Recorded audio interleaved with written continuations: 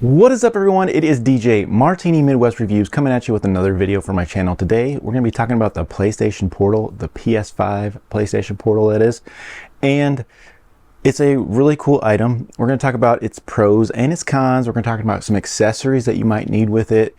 We're going to be talking about some workarounds for the no Bluetooth on the item as well that we're going to get into. So stay tuned for the whole video, a lot of information, and I can't wait to get it over to you. So I just want to say thank you so much for tuning in. It's DJ Martini Midwest Reviews. If you've never tuned into my channel, just know that I love to do reviews and tutorials.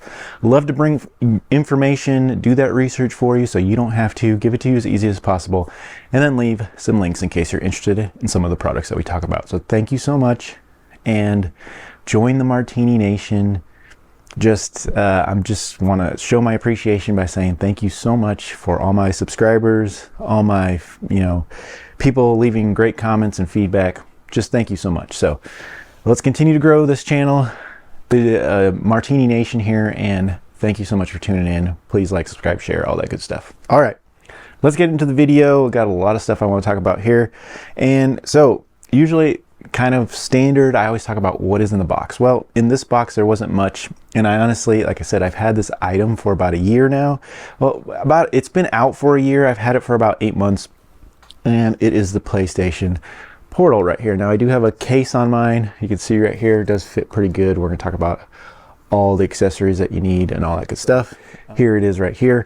We're gonna go over the specs here in just a little bit, but you get the device, an instruction booklet, and a power cable. That's all you get. And it's USB Type-C power cable, like this right here, and nothing crazy there. That's all is in the box, and it's about $200. And so what can this device do? Well, it's not what you think it is, and there's tons of videos out there, and you guys have probably all seen those, so you can't do anything that you're not doing with your actual physical PlayStation 5. So you have to have a PlayStation 5. This isn't a standalone device where you can stream games, you can play your own things on it, search the internet. You can't do any of that actually, unless you're doing it on your PlayStation 5, okay? So it can only work along with your actual PlayStation 5.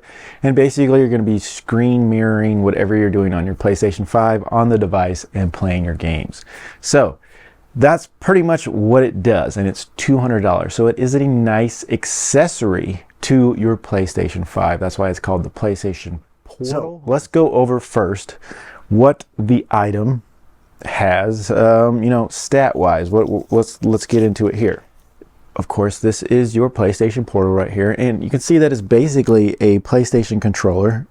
Your standard PlayStation controller has your PlayStation button.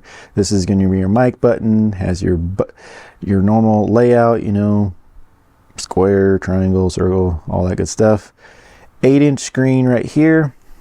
Does on the bottom have, let's see if we can get this. There is your USB Type-C input for power, and then this is a 3.5mm jack for headphones, okay? And so that's it. This doesn't have Bluetooth, so you can't Bluetooth to a pair of headphones. But if your PlayStation 5 is on, you can do that, but we'll talk about that a little bit later. So it does have all your standard things. So basically they took a normal controller, they cut it in half, and they added an 8-inch screen, okay?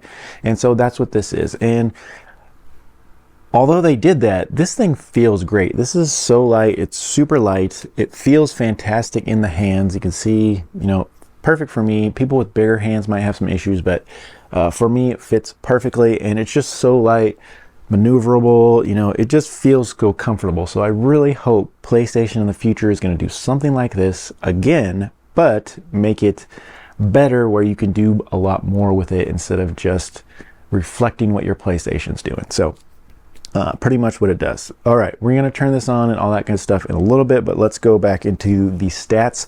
And basically it's got the remote play features that you could get in other places, but that's pretty much what it is. It plays remote play. It's full HD 1080, 60 hertz or 60 hertz screen. Usually can hit the 60 frames per second on it.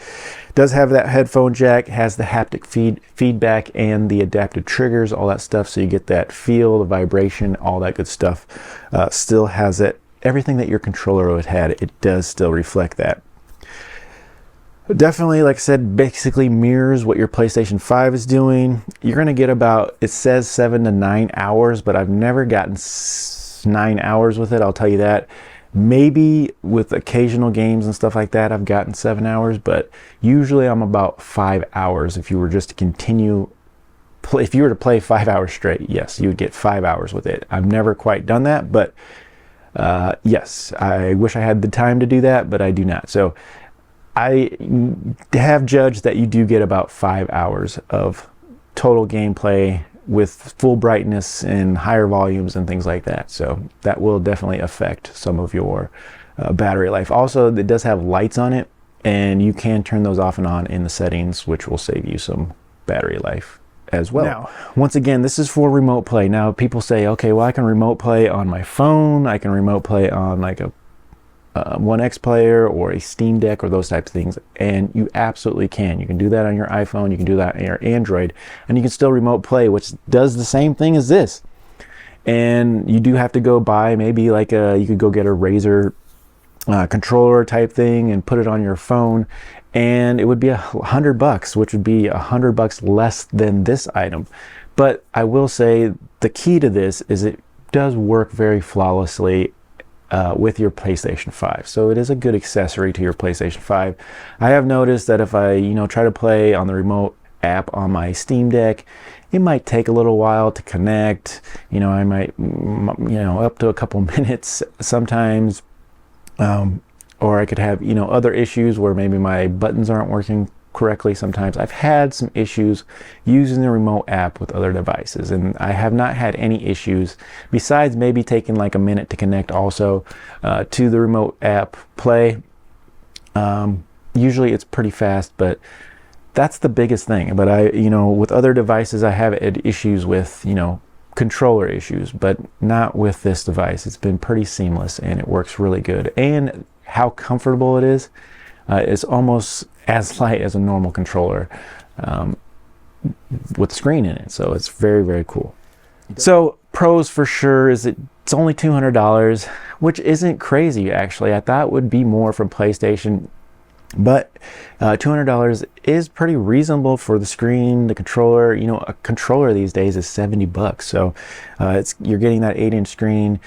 You're getting the accessibility to plug in to your PS5 and, screen mirror it wherever you want in the house. Now, you do have to have pretty good Wi-Fi. They do say you have to have 15 megabytes or better, of connection speeds and those types of things.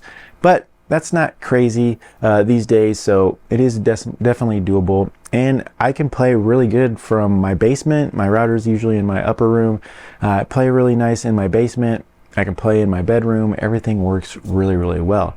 Now, I do have my PlayStation hardwired connected, so you don't want to be, have your PlayStation 5 wirelessly connected and then have this device wirelessly connected, because you're going to have some lag and some issues. But if you do have it hardwired, the best scenario, it works really good with this device. So definitely some keys to some success there that I wanted to break to you. All right, so everything that your PlayStation controller would have, it has. So that's definitely a positive. I think the price point is pretty decent for what it is. It could go down a little bit, but definitely for what it is, it is. It's comfortable and familiar, and that's another part that I love about it. Comfortable and familiar, just feels good. There's no learning curve to it. You're gonna know exactly what a PS5 controller is, and you're gonna be able to just play. It's pretty nice. And then once again, you can play games at home, and this is the biggest pro about it, is that you can leave the TV out of it. Let whoever else you want to use the TV can use the TV, your family, your kids, wherever, and you can go anywhere in the house and use this device pretty well, whatever you're playing. Now, the only thing that I'll say, and we'll get into the negatives a little bit, is certain games probably work better than others, but we'll get that too in a second.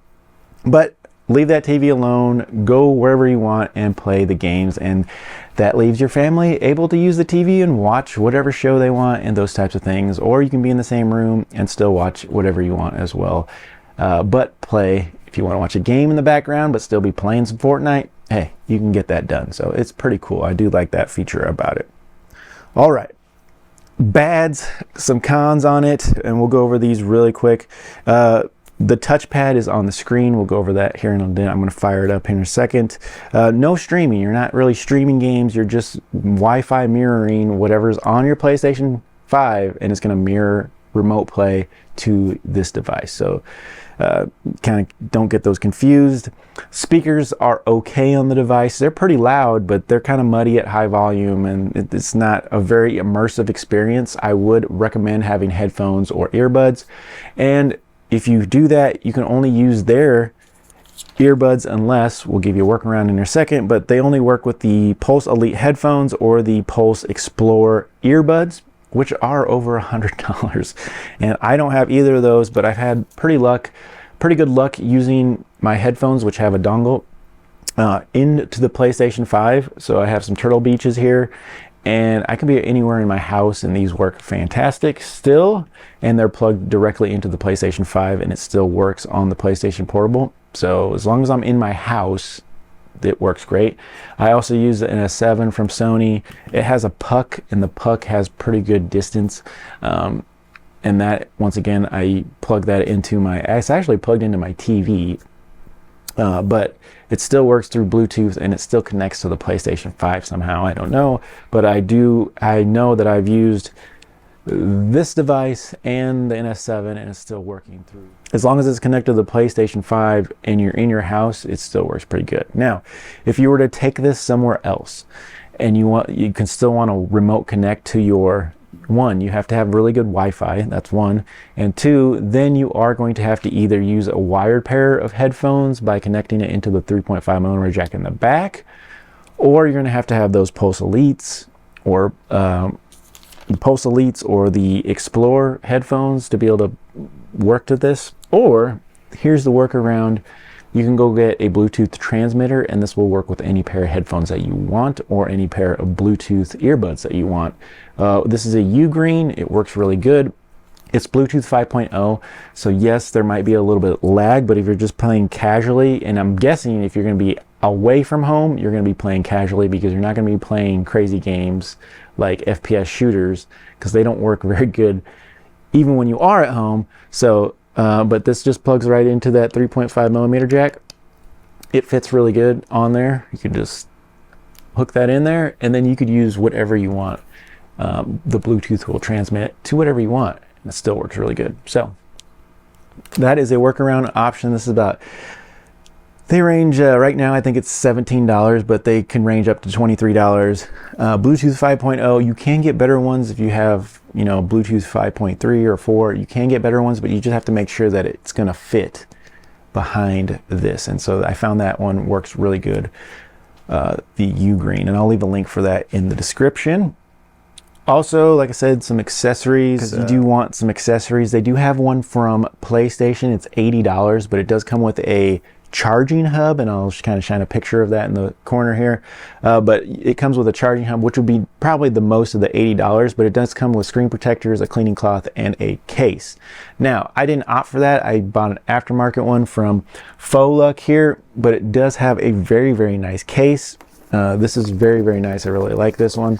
Has really nice soft interior here, covers up your screen. Like I said, does have two screen protectors too, and also came with that protective cover, which right here, like I said, I like this. The only thing it does have some kind of texture here that I'm not super excited about, but it still works nicely. I don't use it a lot, actually. I take it on and off occasionally. It does come with that silicone case, which is not too bad, but it does fit very nice, which is good. Another thing that I would suggest too is these controllers get really, really dirty with your skin shavings, I guess, and so then they'll start turning white. So I do recommend some caps that I do put on there. They have little controller caps. These are Xbox ones, but I have PlayStation ones too. But anyways, some caps to put on those to cover them and protect them as well. So other than that, let's see what else I have. The negatives. The touchpad, we'll go over that in a little bit. Like I said, no streaming, can't do any cool stuff like watching movies. Speakers are muddy at high volume, but they work pretty loud on here. It's still okay. Got to have that 15 megabytes or better on the internet, on the Wi-Fi. So I'm putting that in the negatives just because you have to, that's an added expense if you don't have that. So you have to have some better internet. Mobility is not great away from the house, but in the house, I would say it's pretty good if you have good internet. Remote play only, like I said, and no Bluetooth on this device. There's no Bluetooth, which kind of sucks, and so that's why I recommended that adapter if you have that out there. Told you about the accessory kit. It's only $32. The Ugreen Bluetooth is $23, and like I said, this is $200. And you know, if you want to get stuff from PlayStation, you could be spending, you know, crazy amounts on the earbuds or the headphones, which are like 130 plus. I think the earbuds are 160. That accessory kit is 80 from PlayStation, and so that's pretty much it. So definitely could have been better. Hopefully I got a lot of information out there to you, but how seamlessly it does work is awesome. So just to go over some quick settings to make sure that you, if you didn't know about it and if you were just getting one, there is some setup that you have to do with your PlayStation 5, and I'll just kind of go over it. So you have to go to your system settings, go to system settings, go to system, then go click down to power supply, and then, or power savings, and then go to features in rest mode. And you're going to want to click those little things over and turn them on. You also want to click enable turning on the PS5, click that on. And then you're going to go to remote play as well. So you back out one and then go back out to remote play and make sure that's ticked on as well.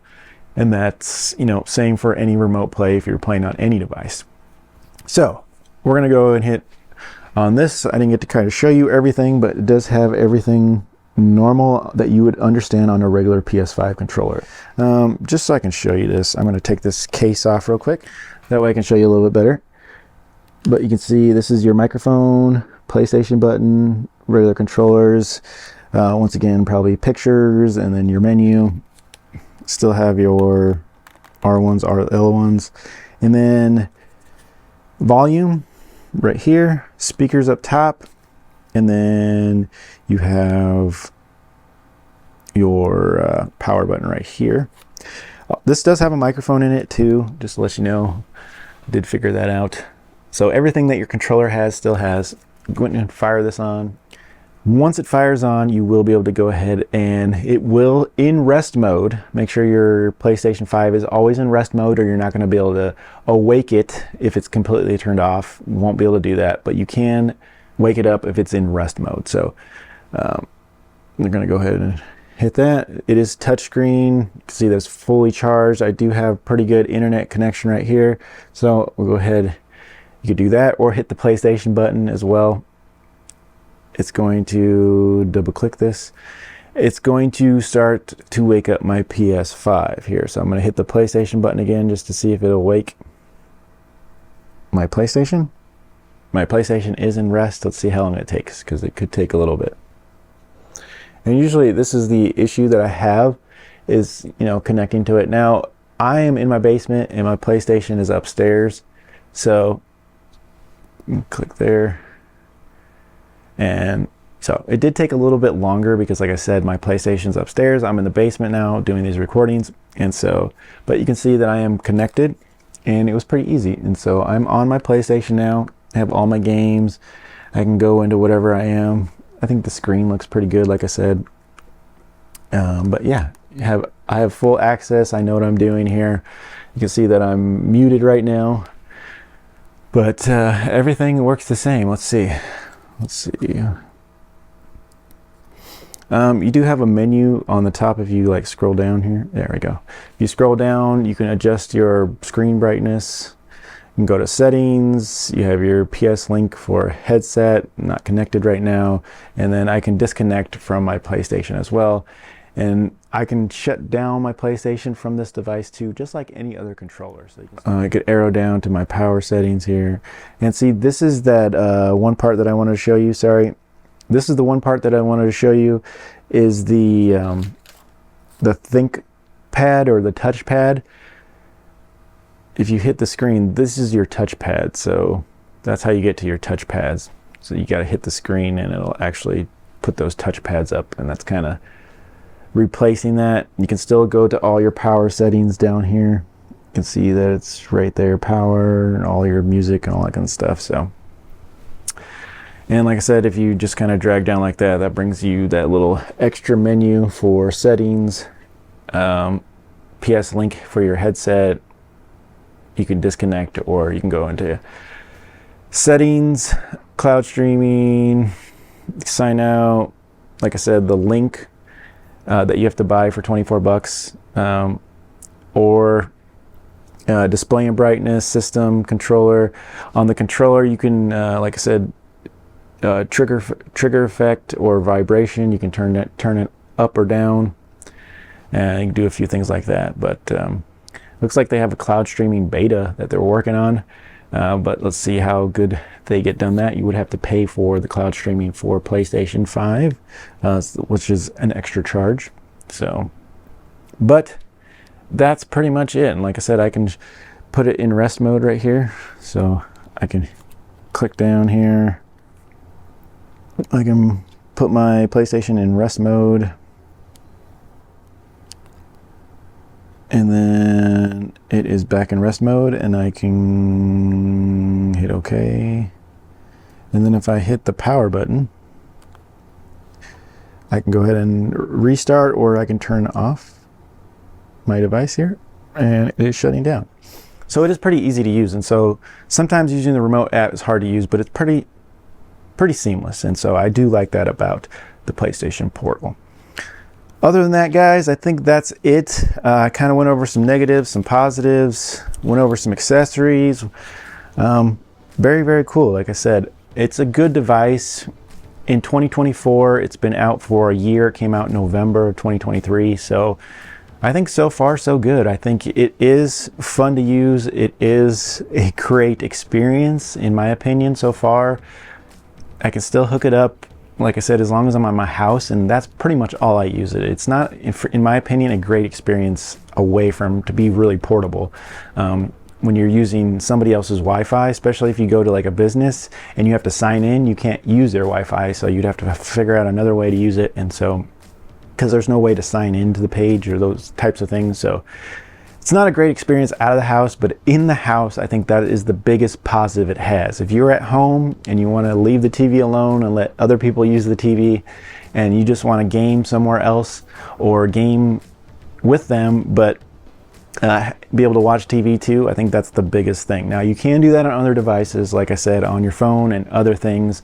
And so if you want a pretty seamless experience through a PlayStation accessory like this portable, I think it's a thumbs up. I think if you just kind of don't want to spend a little less money, and you want to use the remote app on maybe your phone and pick up a little controller with that, or on a laptop and game with the controller or something like that you already have, you can definitely save some money and just use the remote app. But it is a nice accessory for that PlayStation 5. So that's where I'm at on it. Thank you guys so much for tuning in. It's been DJ Martini Midwest Reviews. If you got any help out of this, or like I said, check out those accessories, check out the Bluetooth adapter. I'll leave some links for all the stuff I have here and all the accessories that I'm using in the comments below. Check those out, see if they're helpful for reference. Other than that, thank you so much for tuning in. It's been DJ Martini Midwest Reviews. Please like, subscribe, and share if this is helpful at all, and I'll see you really, really soon on my next video or tutorial review. Thank you very much. Talk to you later.